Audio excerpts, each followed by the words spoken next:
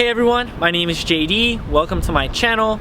I retired from corporate at 27 and my goal is to help you guys live free.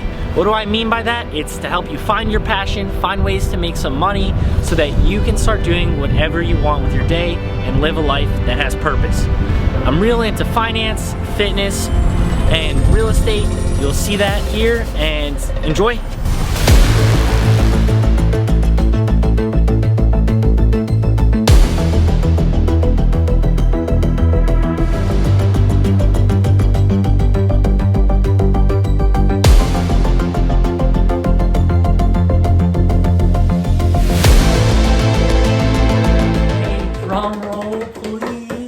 Number one book, and I mentioned it earlier, but I'm gonna mention it again for probably another 2 minutes. It is called Essentialism. Essentialism was recommended to me by a friend named Gary. It just happened to come up in conversation, and I was in fire mode of reading, and I heard a book recommendation, I grabbed it. I am so thankful and lucky, and a big shout out to Gary Dusick for recommending this book to me. Essentialism is all about picking and fine-tuning the things that you're focusing on so that you can get somewhere with them. I know a lot of different people who have all these great ideas, who work on all these different things, and whose heads are all over the place, but they can never seem to get anywhere. They're taking every call, answering every email, answering every text. It's kind of like they're going with the wind, and some of the smartest people I know get caught in this trap. Essentialism is all about boiling down what the most important things are, using the Pareto principle that 80% of the results you have will come from 20% of the things that you're doing, and just focusing on those things heavily, almost getting down to just one thing. Now, an honorable mention book I have to give out is The One Thing. It's a great book, and if I had to pick that or Essentialism, I'm going to choose Essentialism, maybe because it hit me hardest the first time. But they're both great reads, and I put them both on my top 3 reading list. These books will help curate your mindset. I remember I lent this book to Tyler, Essentialism, and the man just changed. He maybe got 50 pages in, and he was just not the same soul. You could tell. I mean, even though him and I work together, we live together, like the bond is super strong. There are points in the day where he does not text me back, and I'm grateful for that, for the reason being that he's focused on something else and his mindset is in that moment. He knows that the text back to me is not there, and when it is super important, he knows he needs to text me back, he gets me back. And I'm the same way. I know a lot of you guys may have found it hard to reach out to me, especially the past year or so since I've read this book. I may not answer for days at a time. There may be emails that go a week or 2 weeks at a time. And I'm not ignoring you. It's more so that I'm trying to focus on something that's in front of me so I can make the greatest impact, both on this planet and to those around me. And sometimes RSVPing, for example, to say something that's happening 9 months from now, maybe I hit you up a month from now when I circle back to it and think, okay, yeah, I can go to this. But in the moment, maybe I'm focused on shooting my next video, or I'm trying to plan out something for my business and really focus on something philosophical. And I want all of my headspace to be there. I want to put my phone away. I can't possibly get to all the texts I have in one day, so I really try to fine tune what needs to happen there and then and play off urgency and importance. If you're not good at that, you need to read Essentialism. If you feel like you have an Adderall mindset and you're just go effort, you have a lot of love to give, a lot of heart, and you're putting it in too many places, you need to boil it down a little bit. Essentialism will help you kind of figure out those next steps. I remember when I first started reading Essentialism, there were maybe 4 or 5 things that I was putting my energy into. And since then, I've dropped down to focusing on just a few key things, being my consultancy business, as well as real estate sales and my YouTube channel. I think all these things correlate nicely. And if you forgot that I do these things, be sure to check me out on Instagram, subscribe here to my YouTube channel, and you'll hear more about it. But number one book you have to read, Essentialism. Also for your mindset is by Grant Cardone. He's one of my favorite public figures It's called the 10x rule. So with the 10x rule, the basic gist of it is you're going to do everything 10 times harder and with 10 times more effort and efficiency than you had originally planned to get the job done. So let's say you think it'll take 3 phone calls to make a sale, to get on the phone with someone and hit the sales numbers you're going for. Well, instead of making 3 phone calls, you make 30 and you try to do them in that same amount of time, and you carry that philosophy through whether you're working on sales or whatever it is in your life. It's all about putting in the extra effort to make sure that there's no excuses as to why you can't meet your expectations. Definitely a good mindset book. So the next book I have for you guys on mindset, and this one's a little bit more advanced and goes a lot more into detail. So if you're gonna skip any of the books on this list, it's gonna be this next one because it's a long book and it's intense. And if you just read those first 2, you might need a little break. But you definitely need to come back at some point down the line and read Cant Hurt Me. Cant Hurt Me is a book by David Goggins, who went through Navy SEAL training, and this man's life is just all over the place. So kind of a rags to riches type deal, but the goal for him was never to get rich, is just to prove to himself that he could do things. And this man has done it all. He's pushed himself through ultra marathons over and over and over again, and I got to give the guy a ton of credit. It's not a book about running, not a book about working out, not a book about being a Navy SEAL, but it's a book about how to push yourself mentally to get to that next level. And anyone who's trying to go somewhere can apply these mental rules to get yourself to where you want to be. So good luck with Cant Hurt Me. Let me know how you like it. At this point, we're going to switch gears and we're going to talk about books that will help you with your financial mindset. Now, the first one I'm going to start off with is something that anyone can dive into, whether you're just beginning to start saving up or whether you really need help and you need to get after it. Regardless of where you're at, this next book, The Automatic Millionaire, is a fantastic read. And the whole purpose of this book is to get you to start saving and building wealth without even thinking about it, hence automatic. And really, if your mindset shifts from how am I going to save, how am I going to do this, how am I going to do that, to setting up systems between either your banking or just different ways to pull from your paycheck, places to park your money that you don't even realize it's coming out, and just automatically, unconsciously, you're not having to make the decision and it's happening, that's when you really get dangerous and start to save up a lot of money. I know for me, one way that I do this is an app called Acorns. I know I'm digressing a little bit here, but Acorns actually got me out of a jam recently. I needed to find some emergency funds to close on a house, and I ended up having $8,000 accumulate over the last year automatically, unconsciously, through Acorns. I had no idea this was happening. I had opened it up out of strict emergency, thinking maybe I'd have $2,000 to $3,000 in there, but hey, it compounds. Thanks, shout out to Darren Hardy in our first book, The Compound Effect. Combine that with the Automatic Millionaire and you'll get yourself in some situations where you have a pretty penny saved up. One of my all-time favorites, and a book that is super underrated.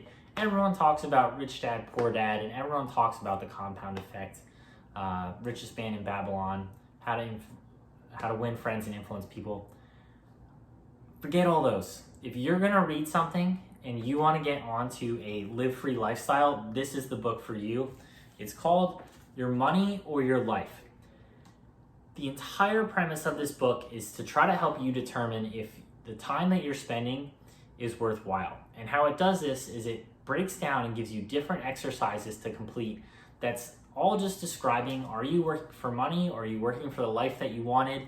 And it really helps you measure up and figure out what's worthwhile, because a lot of times, if you're spending money on the commute, on clothes for work, and eating out with people from work every day because you have to, and that seems to be like the option that people are doing, there's a lot of hidden costs in working that you don't calculate, that if you were able to do whatever you wanted each day, you wouldn't have. There's just all these different factors you don't think about, and this book brings them up, has you run exercises, and helps you figure out what the right work-life balance is for you. If you're struggling with work-life balance and you think you need to switch it up, This book will help you out a lot. It's called Your Money or Your Life. And as soon as I got done reading this, I knew that my decision to quit corporate was by and far the right one. Give it a look. This book is by Joe Dominguez and Vicki Robinson. All right, the next financial mindset book I have is for after you've read Your Money or Your Life, after you've already been putting in the Automatic Millionaire into effect, and you're ready to kind of channel that entrepreneur/free spirit lifestyle a little more. You're done with the 9 to 5, you know it, maybe you're not there yet. Well, this book will reinforce that. The next book is called Unscripted. Unscripted is all about how society has shaped itself to put you through a certain script. And everyone does the same old thing. Everyone's going to go to college, everyone's going to try to get a job, play it safe, and you're all going to go buy a car, get a house, get married, work 30, 40 years, and then be done. Well, if you're watching this channel, I'm hoping that it's because you don't want to do that and you're trying to go down the same path that I'm going down, where you funnel yourself into assets and time freedom and put yourself in a position to go live life unscripted. MJ DeMarco really hammers home a lot of points about why this lifestyle is better for you, how it can be used to make sure that your life is fulfilling, and really at the end of the day, we're all trying to be happy. To me, happiness and fulfillment are similar. MJ DeMarco seems to agree and think that your life will be better and you'll find an ultimate state of happiness if you pursue your own thoughts, you be yourself, and you chase things that you want. And it gives you a lot of tips and tricks on how to get off of the script and challenge the natural societal way of thinking. So check out Unscripted and let me know what you think. All right, you made it this far. You got through the mindset books. You've now tuned into the financial books, and you've made it to the third leg. And these books are probably the deepest hitting books and books that are really going to reshape your life. But before we get into those books, pat yourself on the back and smash the subscribe button so you can stay tuned for all the tips and tricks I have for you guys on how to live free. Be sure to like the video and comment below with the book that you find to be your favorite. Let me know which one it is. I'm really curious to hear what you guys think. The next book is going to be the first one I recommend for business mindset. And what I mean by business mindset are books that will help you as an entrepreneur take your business to the next level, and just how to shift the paradigm of your thoughts to get to the point where you're controlling your business and your business is not controlling you. So for the first book that we're going to go with, it's called Upstream. This was a book recommended to me by a buddy of mine named Brian Blount. Brian suggested this book because it's all about business and prevention and systems.